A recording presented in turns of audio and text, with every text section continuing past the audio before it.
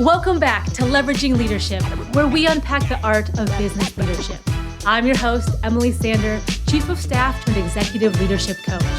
This show is all about finding your points of greatest influence and leveraging them to better serve those around you. As Chief of Staff, one of the most valuable things you can do is to protect your principal and your team from decision fatigue. So if your principal is spending an inordinate amount of time on low value choices, that's time and energy being stolen from strategic, high level decisions that move the needle. So your job is to clear the decks and make sure they're spending the vast majority of their time, if not all of their time, in this high quality decision mode. All right, let's talk about principles for a second. What can you remove from their plate entirely? What should they not even be touching? What should they not even be aware of? And there's obviously fine lines and nuances between actually they should be informed about these types of things, but there should be no decision around it versus like they don't even need to know about that. Why are we expending any of their energy and mental bandwidth on that? Just remove that thing entirely. So it could be remove a decision or just remove that thing entirely. It gets them all riled up for no reason and the team has it or whatever it is. So what can be removed from their plate altogether? Next, what decisions do they need to actually make and how can you tee them up most effectively? How can you present them? And I literally think of like a tee, like a tee ball, like when you're baseball, you put the ball on the tee, or maybe golf where you put the ball again on the tee and you set it up so a person can swing away at it. That's your job as chief of staff. Tee up this decision for your principal. And that can be done in a myriad of ways. Here's a small example, but it's a small but powerful example that I use with my principal is when I would send him emails, sometimes these emails would have a decision in them, and I would briefly, very briefly recap the situation. And if he was already aware of this situation, I literally could put one word or like the phrase of like, here's the context, here's what we're talking about, here's the universe we're living in.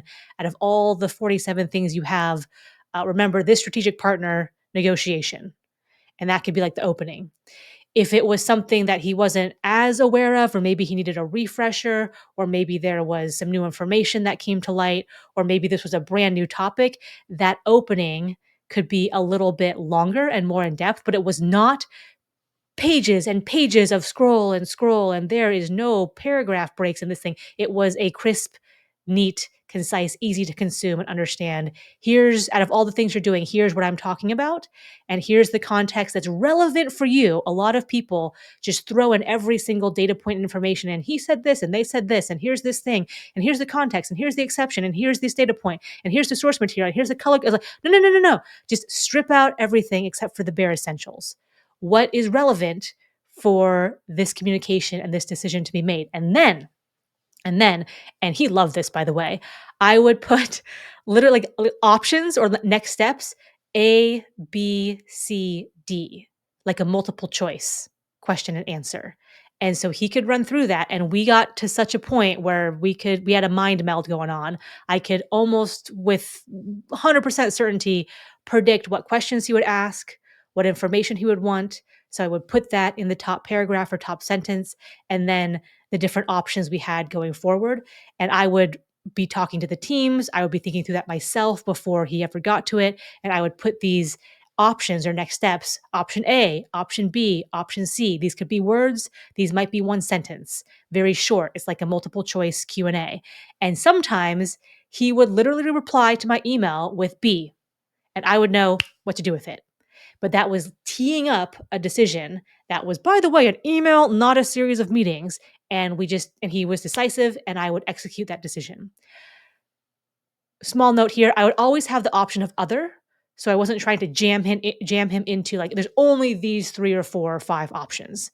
There's always other, where he would be like, do it this way, or think about it this way, or I need more information on this. So he might ask, like, I read your little short paragraph up top. I'm curious about this. Did we ask him this? And so he might respond with that, and I would go get that, reply on that email, and he'd be like, okay, go with option C.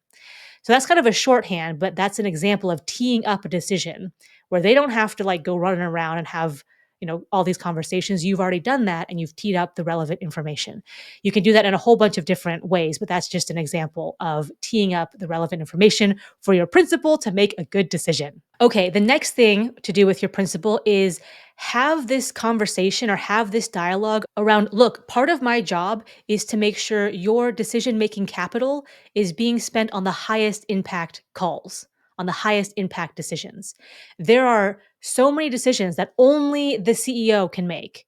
And if you have a different kind of principal, only the CRO, the CTO, the CHRO, whatever it is, there's decisions only they can make given their role. So they need to be focused on those types of things.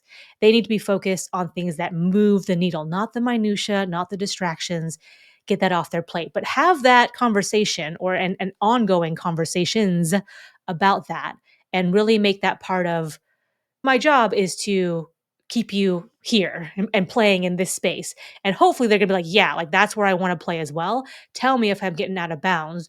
And there can be banter and pushback around what that looks like. Actually, Emily, I need to be in those. Don't box me out of that. I need to be in those discussions. Okay, like do you need to be in those or can I nope, I need to be in those. All right, cool. Have those discussions, but keep it so both of you are pointing at the same thing. I want you, principal, in the best spot to be making these high impact calls. Okay, next, executive team. So, running a similar process for your entire executive team as chief of staff, you can sit there and literally, I would go through the roster of my exec team and I would say, okay, what is she got on her plate? What does he have on his plate? What are items where our CFO is spending time on unnecessary approvals? Where she's sitting there and she's getting these pings and she's getting these slacks and like, someone else can approve that level of that amount or that type of decision should be delegated to someone else who is actually closer to the information and is perfectly capable of making that decision and might be in better position to make that decision. So what unnecessary things or these like micro decisions, micro calls are being put on all of your executive leadership team's plates, and can you remove those? How can you best remove those? The other kind of nuanced thing here with the exec team is where are the thresholds? So, for instance, I just mentioned the CFO. So, a pretty straightforward threshold would be anything below this amount of money can be approved by VPs, and this amount of money by directors, and this amount of money by managers. Those were like clear thresholds of decision making. You can apply that same principle to other types of decisions. Hey, with tier one customers, our strategic enterprise customers, we're going to need a senior account manager to make these types of decisions. Anything else, a account executive can make or a solutions engineer can make or whatever. You might have those types of designations. It might be, look, if this is going to impact these two initiatives, anything that impacts the direction of these two initiatives and the direction we're going with these has to be run through the chief of staff, whatever it is, but make sure that those thresholds are as clear as possible. Are there always or most likely going to be some like, it's just based on the scenario case by case? Sure. And then make sure like let's just have that conversation. And hopefully it's just not a big deal. People have each other's back. Let's do a quick call. Let's do a quick Slack just to touch base. Cool, cool. But on everything that you can, just have these general guidelines that people can go off of. And hopefully they're not going to nitpick to the letter and to the minutia of like, you didn't say it like this, so therefore I thought I could do it. Hopefully it's in the spirit of take the gist of this threshold, take the spirit or the way that it is intended, and you kind of can pick up what I'm like, yeah, for this kind of stuff, Emily, you want us to check in with you. Yes, exactly. For this kind of stuff, we got it. Yep, just run with that. Cool. So have those types of discussions and expectation setting and rechecking in with people on those ongoing items. Okay, and finally, you want to remove decision fatigue from yourself as chief of staff. That's a big, big deal. So you've got things flying from every direction across the business at you, and you've got to make some decisions too. Again, you want to be making high quality decisions in strategic areas. Your job is not to tally up as many decisions as you can make in a day. It's no. Where should I be placing my focus and intentionally placing my energy to make decisions? I think you can proactively tee up things like context and data for yourself. So that might be, okay, I always have to make a call on, I don't know, this every month or this every week or whatever it is. Okay, I always will want to know this, this, and this. Can I automate that data from a system? So every time I have to make that decision, I always have that at hand. Can I work with a team one time to stand up an automated poll that just gets like, I don't know, a Salesforce report sent to me to my inbox every Friday morning? So I have it right there when I'm trying to make that decision. Can I automate or work with team members that I might have on my team or I'm working with collaboratively on, can we tee up the trade offs? So understanding as much big picture context as I can before and as I'm making that decision.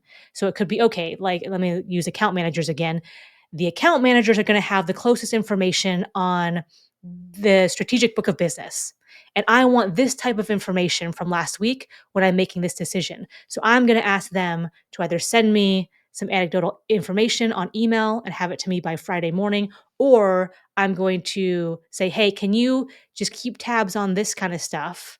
And as you're going through your regular cadence of weekly check ins with your customers in this Salesforce field, can you make sure to put any notes along those lines? You're doing that anyway. You should be tracking this stuff anyway, but just make sure you have this slant on stuff because I'm going to be pulling from this field and I'm going to be looking for that stuff to make these kinds of decisions on Friday mornings. So you collect all those data feeds, and then you have the information you want or need right there. You have some of the trade off information, big picture. Okay, if we do this, that customer might be at risk. Okay, this one's looking better now. Okay, so maybe that's a different decision this week. And then you also have, if you want, recommendations from people. So you can suck in recommendations, trade offs from different perspectives around the organization, and you can collect them and take them all together and say, okay, big picture, cross department, connecting all the dots. I'm taking what other people are seeing in their specific areas and they're giving me their opinion and their recommendation. And now overall, I need to either make a decision on that or possibly make a recommendation to my principal based on that information. But teeing all that up for yourself and being aware of all of those elements, I think is a really good exercise for a chief of staff to go through. And another thing that goes along with that, actually, really quick, the example that popped into my head is, can you make it binary, not open ended? So can you make it yes, no, go, stop, green, red? Versus what do you think about this? Or what are your kind of recommendations and pros and cons and puts and takes here? So if you can make it like boom, boom, that also helps with decision fatigue because part of it is quantity and volume, yes, but part of volume is like the weight of the thing, right? It's a weighty decision. That's a big decision. Okay, are we going to have to lay off people? How many? Are we going to shut down this product line? Are we going to put all our chips on the table with budget on here? And hopefully in 18 months, we have this thing stood up and ready to go and there's market fit. Like those are big, weighty decisions. So if you can say some of those are just why we as leaders and executive get paid the big bucks to make those big, weighty, meaty decisions. And part of it is getting the decisions that don't have to be open-ended into as tight a compartment as they can be. So you want to make those like tight decisions. Okay, yes, no. If and you can do this for all the parties we talked about. For your principal, can you make those tighter decisions? For your exec team, can you do that? For yourself, can you do that? So I would have a think about there's the quantity of decisions and then there's the weight and the heft of a decision. So think about those elements as well. All right, so takeaways. We've talked about at the end of the day, reducing decision fatigue isn't it just about the amount of decisions you make. It's about preventing the wrong people from making the wrong decisions or making sure the right people make the right decisions. You know what I mean? It's also around filtering, framing, and focusing. Boom, 3 F's, alliteration. Here we go. Filtering, framing, and focusing. Those were good. So we're going to filter decisions based on who's making that, like what's the appropriate decision, what's relevant for them to make, what can only they do. We are framing that. So we're giving context, we're teeing it up, we're framing it in the most helpful and accurate manner, and we're focusing people and ourselves on what we should be focused on. So if you go through some of those, some of the elements and considerations we've talked about in this episode, I really think as chief of staff, one of your biggest value adds is helping your principal and your team with decision fatigue. Because if they can be making fewer, higher quality decisions, the team, the company, the customers will just run better. All right, with that, I will catch you next week on Leveraging Leadership. If you enjoyed today's episode, please like, share, and subscribe wherever you get your podcasts.